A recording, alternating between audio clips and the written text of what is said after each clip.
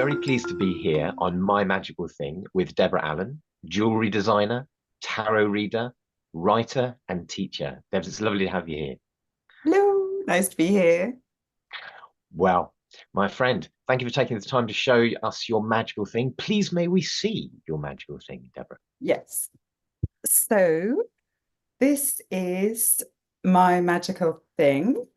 Oh, And basically it's a bowl, very big bowl, but it's also an offering bowl. And it's I've got quite a few along a similar theme. Basically, they started life as souvenirs, effectively, like I would buy them on holiday, and they've all, got the common theme of like they have that sort of artisan, hand painted feel. So this one in particular, this is from Mexico, this one, but it's got these sort of lovely flowers.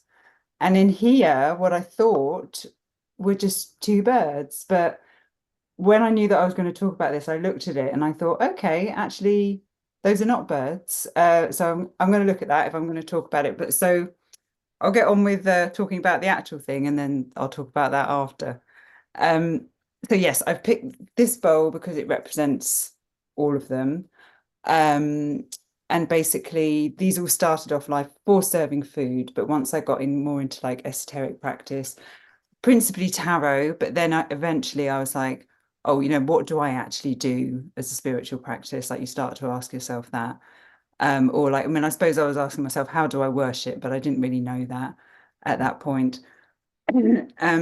So outside of tarot, then I started messing around with incenses and, making oils and things like that.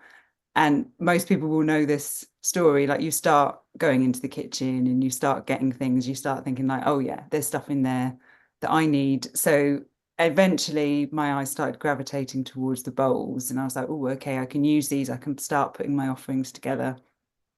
So this is the bowl that whether I'm going to use this one or not, I will start collecting everything I need into it. So maybe a week before or a day before, everything goes in and it's like, okay, so what does this incense mean? What does this plant mean? What does this, trinket mean? Or the tarot card? And even though I might have chosen a tarot card and used it 6 months before, like the season is going to be different or my intent's going to be different. So what are the things that are going in that's different? How is this time different?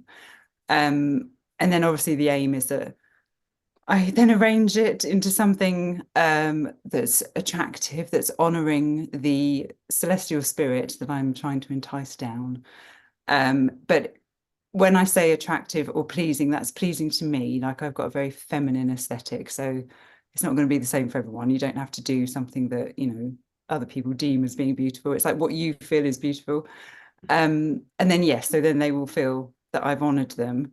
So that's why I use them. But because I started asking myself this question about what these things are, because I was thinking, the Mexican lovebirds are very popular, and I just assumed this is from Mexico, they are lovebirds. But when I oh. looked at them, I just thought, well, actually, that one looks a bit like a whale with wings, and this one looks a bit like a chicken drumstick. I was like, okay, I don't know what those are. And I thought I better look it up just in case it's really important, like I don't want people to think like, oh, she didn't even know that. Um, so initial Google search, um, I didn't find anything like that, but what I did find was a lot of Mexican symbology has wings because of the feathered serpent, like the Aztec feathered serpent and the eagle and the snake. So, land, sky, land, sky. And I was like, oh yes, that's good. That's lovely. But then I was like more interested in having some kind of moment with the bowl, trying to feel like who made it? Like, what were they thinking when they made it? All that kind of thing. Because I wasn't getting much from the internet. And I was thinking, oh, wait, I can do that.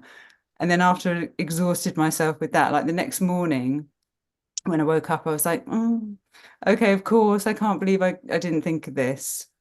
But basically, eagle and snake is one of the first things that I would have come across that would have taken me on my esoteric journey. It's like everything that I write about now, basically. And it would have been in the form of the Caduceus.